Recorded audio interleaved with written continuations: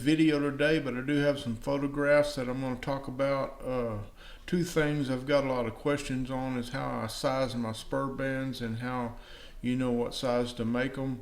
And the other one is how I build the jig that I build the spur swingers with in my videos. So I'm going to show you that today and see if we can get that explained. Stay tuned. Okay, to begin with, I've found the men's bands are about 8.5 to 9 inches long, and that varies, but that's basically what I make them. And the women's are from about 8 to 7.5.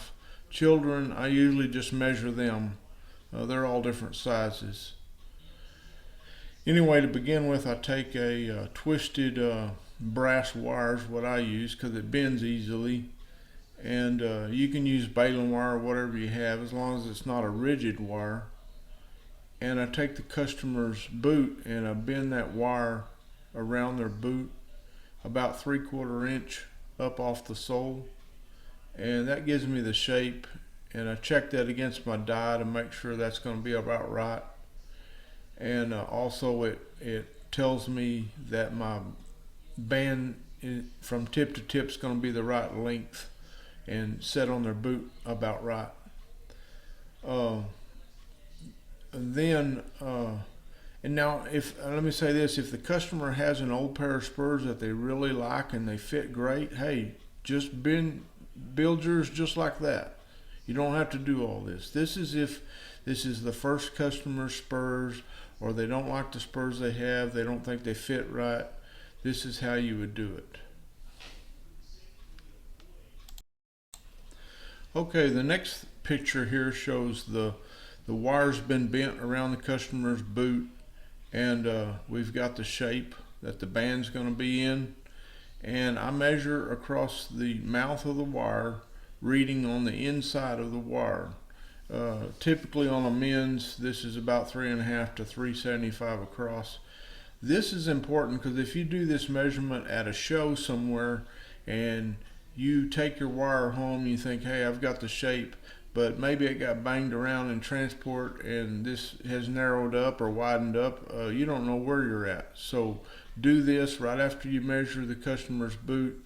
That way you know exactly what that width's going to be, because that's important to make the spur band fit on the customer comfortably. And so this is an important measurement. And that's about all you do on these spur bands. Next I'm going to show you about the swinger jig. Okay, this is what I had a lot of requests for, is how I made the swinger jig that I use in my video on how I make my Western Spur swingers.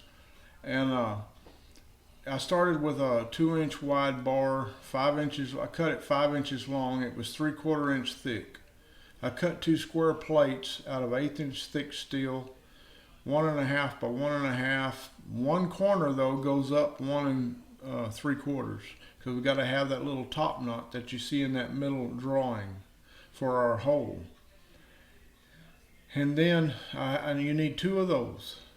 And then I cut a 2.5 inch long piece of 3/16 steel rod, and I kind of pointed one end. It don't have to be real sharp, but it just helps it go through the holes.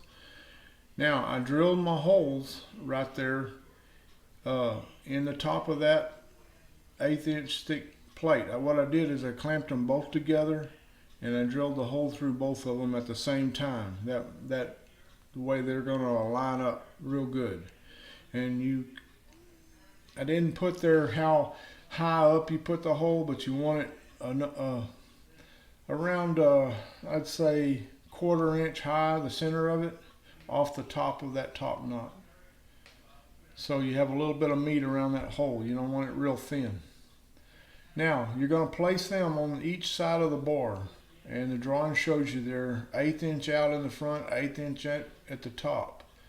But the best measurement for that is the material you're making your swinger out of when you put that rod across through these 2 holes, it should slide real tightly underneath that bar, that rod.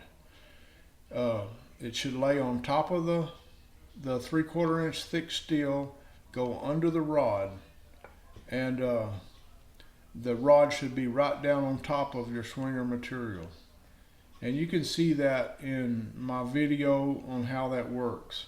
And you want to weld the back here at the back and down on the bottom there. Those welds don't have to be ground.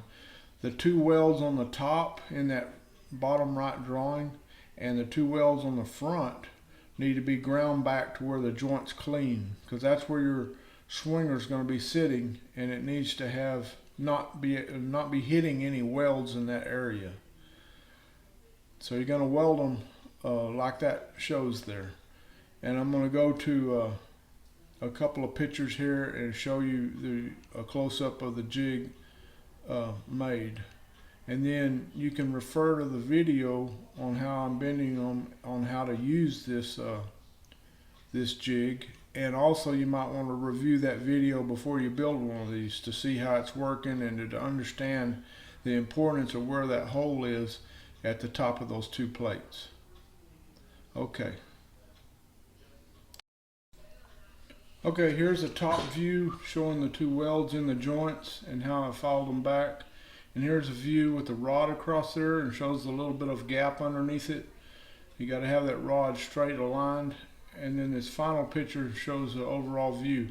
Hope this helps you out. Review that video and try to use it if you want to. And I hope this helped you.